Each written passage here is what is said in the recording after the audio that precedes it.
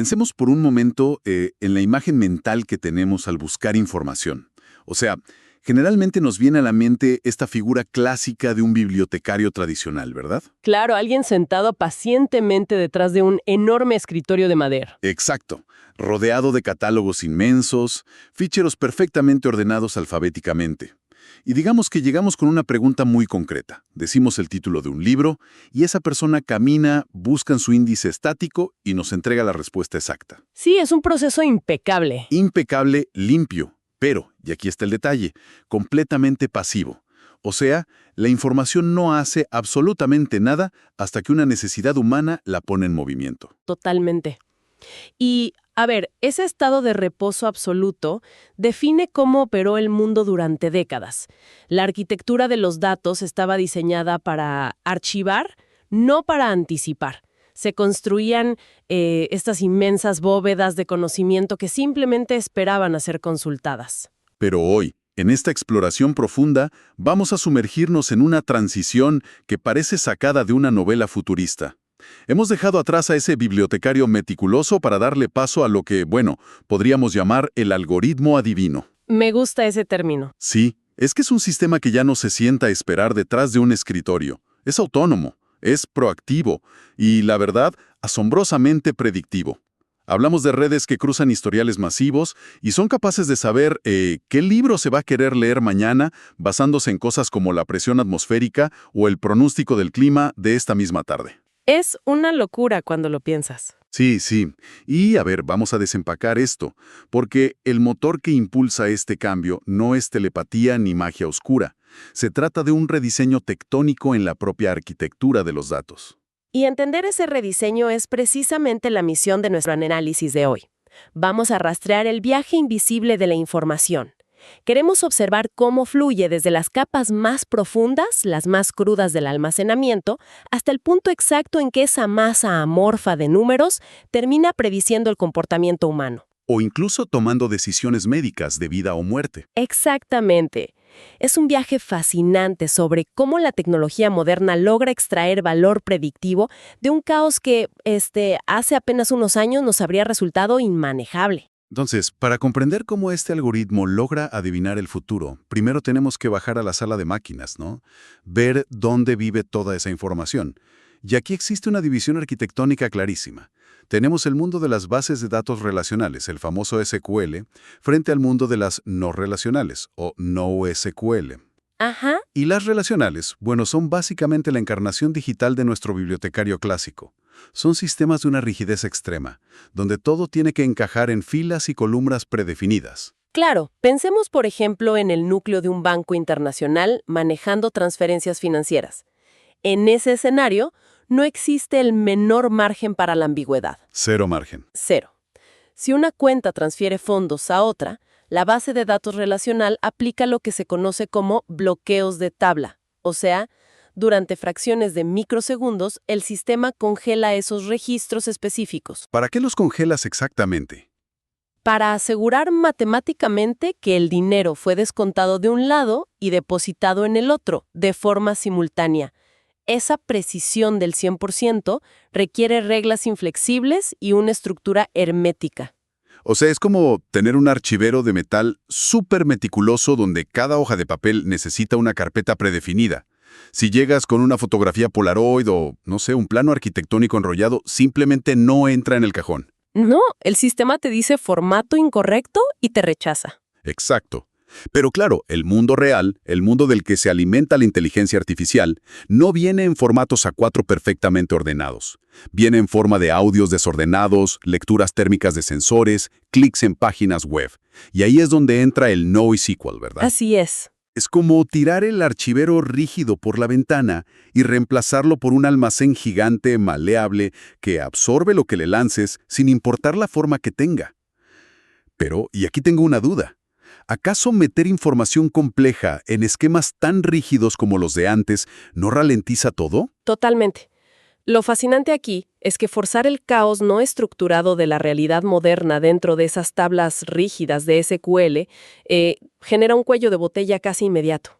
Claro. La inteligencia artificial necesita ingerir el mundo tal cual es, Si un sistema inteligente tuviera que detenerse a clasificar, formatear y crear una tabla para cada milisegundo de información que envía un sensor de temperatura de una fábrica, La computadora colapsaría. colapsaría por completo.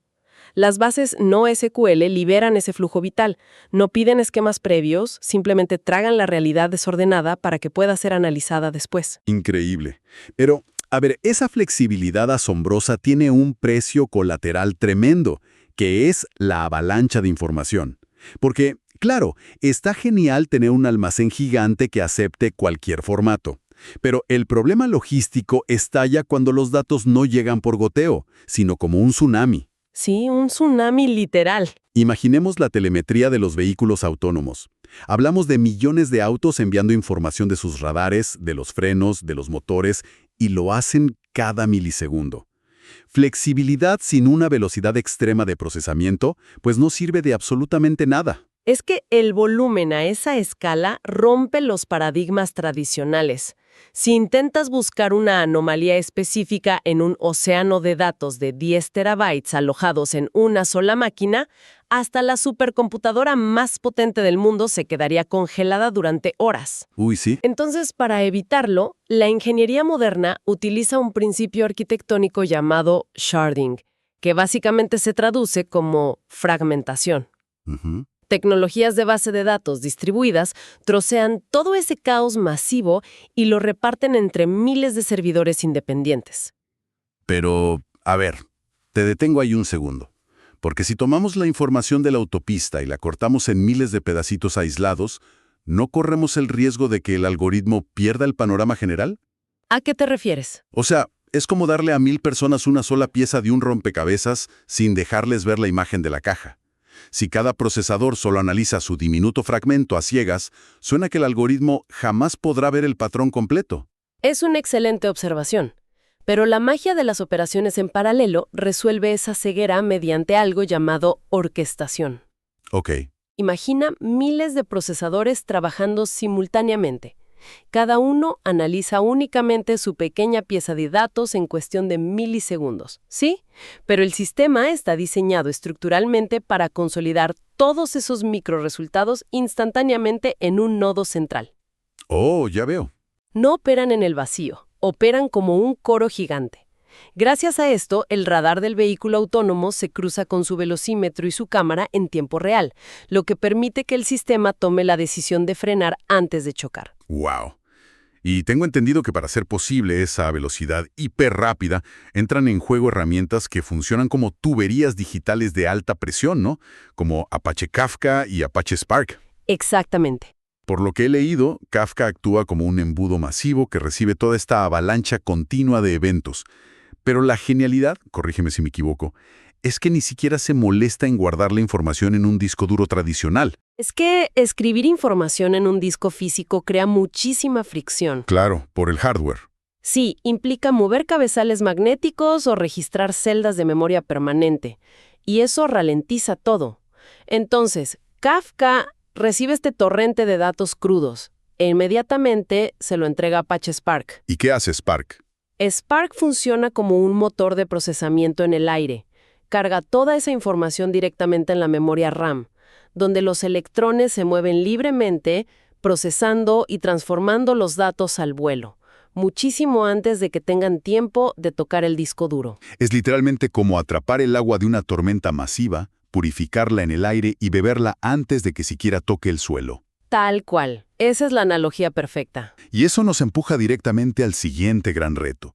Porque todo este milagro de tuberías y embudos supersónicos es inútil si el agua que estamos atrapando al vuelo está contaminada, ¿no? Totalmente. Si a la máquina le inyectamos datos basura o corrompidos, todo lo que aprenda será basura. Y ahí llegamos a la fase de preprocesamiento, que es como el filtro absoluto de la realidad. El preprocesamiento define el destino de cualquier modelo predictivo. Debemos recordar algo fundamental. El algoritmo no posee intuición ni sentido común. Ajá. Es un procesador de relaciones matemáticas abstractas. Entonces, si introducimos en un sistema el salario anual de una persona, digamos $40,000, y al lado ponemos su edad, 30 años, sin hacer un ajuste previo, El modelo se confunde. Exacto. Va a interpretar ingenuamente que la variable del dinero es muchísimo más importante para la vida humana que la edad, simplemente porque 40,000 es un número astronómicamente más grande que 30. Y aquí es donde se pone realmente interesante. O sea, esto es exactamente como viajar por distintos países y tratar de entender si algo es barato o caro. A ver, ¿cómo así? Digamos, si vas caminando y ves un café a 500 yenes, y luego viajas y ves otro a $5, tu cerebro sin contexto podría asustarse pensando que 500 es una barbaridad. Si no conviertes todo a una misma moneda base, tu juicio financiero colapsa por completo. Tienes que nivelar la balanza. Es un gran ejemplo. En la ciencia de datos, esa conversión de monedas es lo que denominamos normalización. El objetivo es comprimir variables dispares dentro de una escala matemática estándar, por lo general entre 0 y 1. Ah, ok. Al transformar el salario y la edad a esa misma escala de 0 a 1, el algoritmo por fin puede compararlos objetivamente. Evalúa su impacto real sin dejarse engañar por el volumen del número original. Y ojo, que esto se acompaña también de la limpieza de datos nulos y de convertir textos a valores numéricos. Pero hay un detalle fascinante en esta limpieza, porque no todo se trata de ajustar escala, ¿cierto? Existe una frontera increíblemente delicada entre borrar un error técnico y borrar un descubrimiento que podría cambiarlo todo. Sí. Ese es el gran dilema. Imaginemos un gráfico de lecturas. De pronto, hay un pico colosal. Si es el sensor de un horno industrial marcando de un segundo a otro menos 500 grados Celsius, pues sabemos que es físicamente imposible. Es un cortocircuito, es un simple ruido técnico, y hay que eliminarlo para que no confunda a la máquina. Claro. Pero si en vez de grados son dólares y hay un pico de millones transfiriéndose a las 3 de la mañana hacia un paraíso fiscal, si el sistema lo limpia pensando que es un error, acaba de facilitar el fraude del siglo. Exactamente. Trazar la línea entre ruido técnico y una anomalía legítima es un campo de estudio en sí mismo. Los ingenieros implementan algoritmos de aislamiento que están especializados en detectar estas desviaciones estructurales válidas. O sea, saben que es real y que no. Identifican qué picos tienen un comportamiento subyacente lógico y cuáles son solo fallas de hardware. Pero como medida de seguridad colateral frente a este dilema, las organizaciones tienen que almacenar la base de datos sucia, la original, junto a la base limpia. Uy, eso debe ocupar muchísimo espacio. Inmenso. Esto exige mantener centros de datos gigantescos en servicios como Amazon S3 o Google Cloud, y básicamente duplica los costos de almacenamiento solo para tener un respaldo por si el filtro se equivocó al borrar algo vital. Increíble. Bueno, recapitulemos rápidamente dónde estamos. Construimos almacenes flexibles inmensos, aceleramos el procesamiento dividiendo el trabajo en paralelo y purificamos los datos hasta tener una materia prima matemática perfecta. Así es. Pero los datos impecables no piensan por sí solos. Necesitamos entender cómo la inteligencia artificial asimila esta información para aprender. Y por lo que entiendo, existen 4 grandes escuelas o caminos para lograrlo. El primero, que es el más intuitivo, es el aprendizaje supervisado, que es básicamente el método de las tarjetas de memoria. Exacto. Las famosas flashcards consisten en alimentar al algoritmo con datos que ya pasaron por las manos de humanos que etiquetaron las respuestas correctas. Le entregas a la máquina una imagen y le dices explícitamente, esto es un perro. Le entregas otra y le dices, esto es un gato. Ajá. Tras analizar millones de estas tarjetas matemáticas, la red neuronal ajusta gradualmente sus parámetros internos, reduce su margen de error hasta que puede ver una imagen inédita y deducir la respuesta por sí misma. Es como un profesor corrigiendo exámenes constantemente. Tal cual. Pero luego está el segundo camino, que es el aprendizaje no supervisado, que honestamente es como soltar al algoritmo en medio de una ciudad extraña sin un diccionario, sin mapa y sin etiquetas predefinidas. La máquina tiene que observar toneladas de información y empezar a agrupar a los usuarios o a los datos por lo que llaman proximidad estadística. ¿Sí? Encuentra patrones por su cuenta. O sea, es capaz de descubrir quiénes son los clientes VIP de una tienda sin que nadie le enseñe jamás qué significa la palabra VIP. Pero, a ver, aquí quiero hacer una pausa.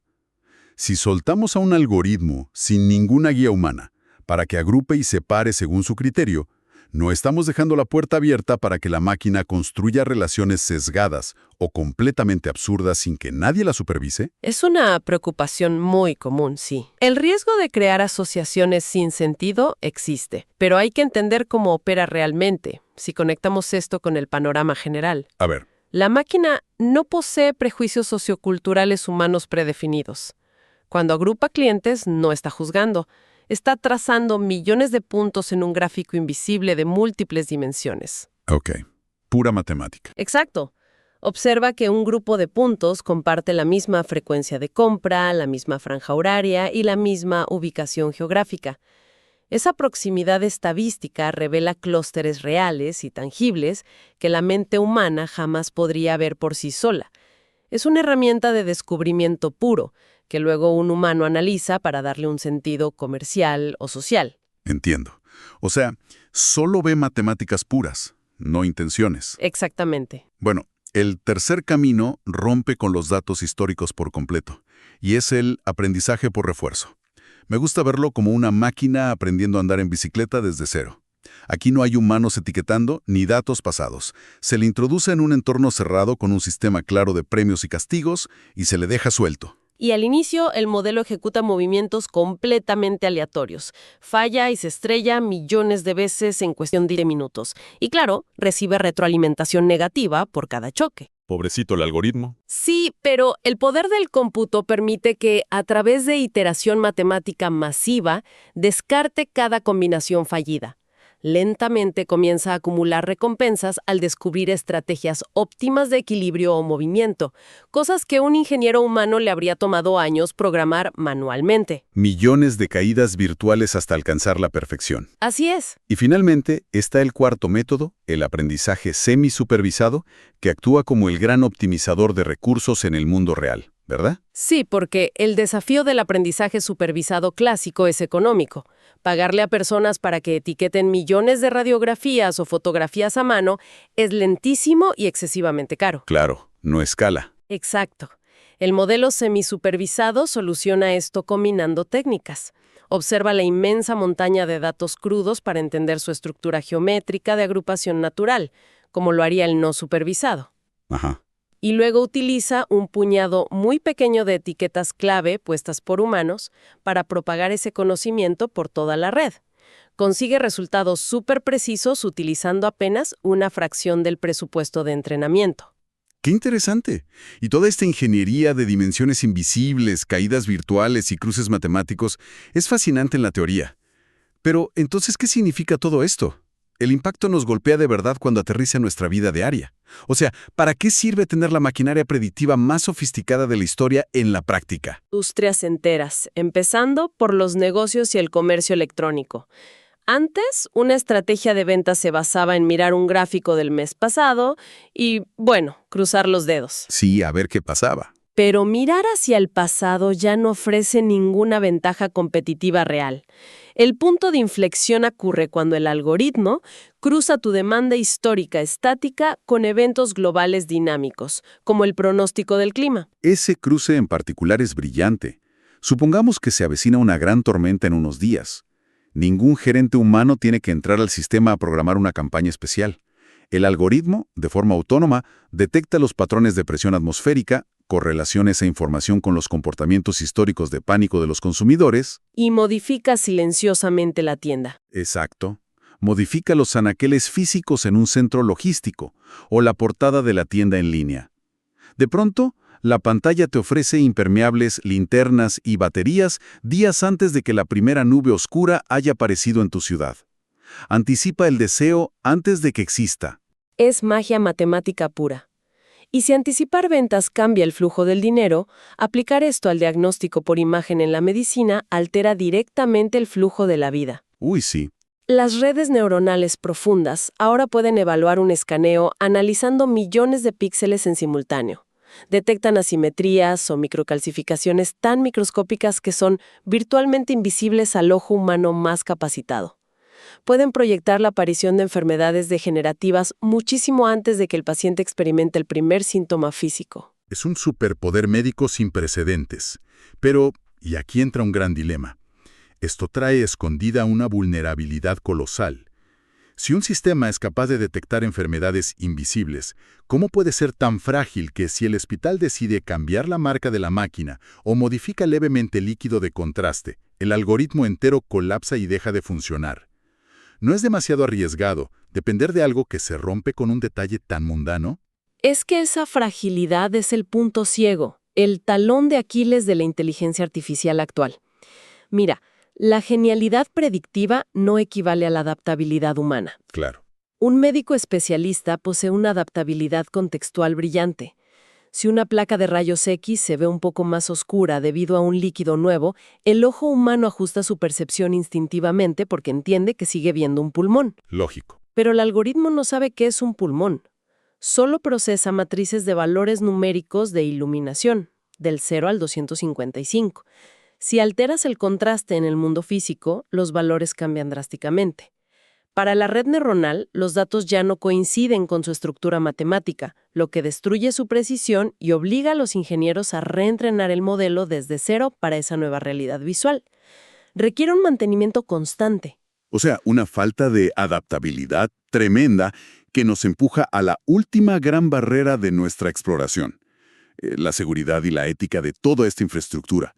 Porque estamos hablando de que la información más íntima, diagnósticos médicos, tendencias de compra, está volando a la velocidad de la luz por tuberías digitales. Sí, y eso plantea de inmediato una preocupación enorme. Claro, si esto cae en manos equivocadas, el daño es incalculable. Por eso, proteger esos datos demanda infraestructuras con doble blindaje criptográfico.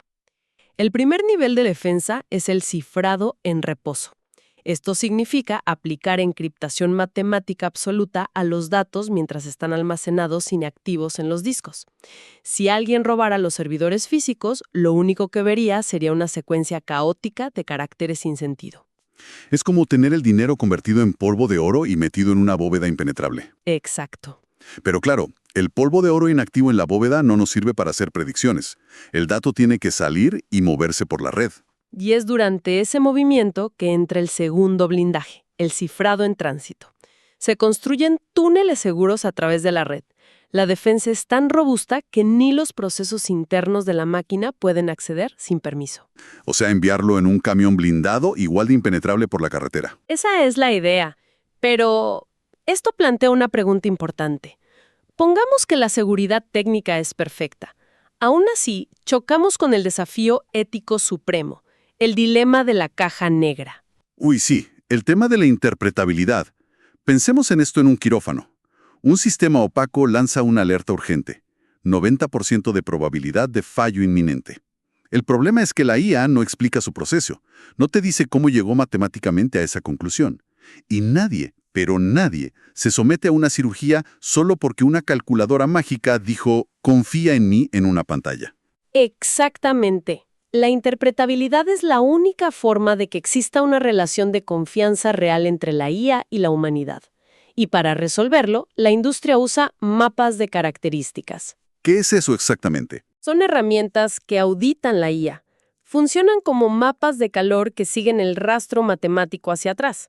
Le permiten al médico descubrir qué variable exacta, o sea, qué conjunto de píxeles en la radiografía, disparó la decisión. Al ver el origen del razonamiento, el humano puede corregir sesgos y, finalmente, confiar. ¿Qué viaje monumental acabamos de recorrer?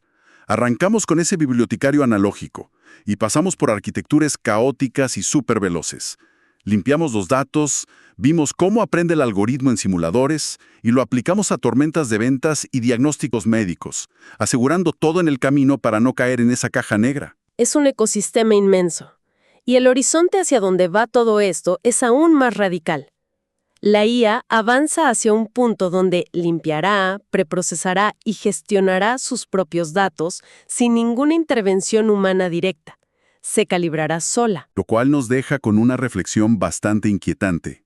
Volviendo a nuestra imagen inicial, si ese bibliotecario digital se convierte en el único ente que realmente entiende cómo están organizados los inmensos estantes de información, ¿terminaremos los humanos perdiendo la capacidad de interpretar nuestra propia realidad sin que un algoritmo nos la traduzca primero? Es una gran pregunta. Sí, se las dejamos dando vueltas en la cabeza para que la exploren por su cuenta. Ha sido un verdadero privilegio acompañarles en esta inmersión.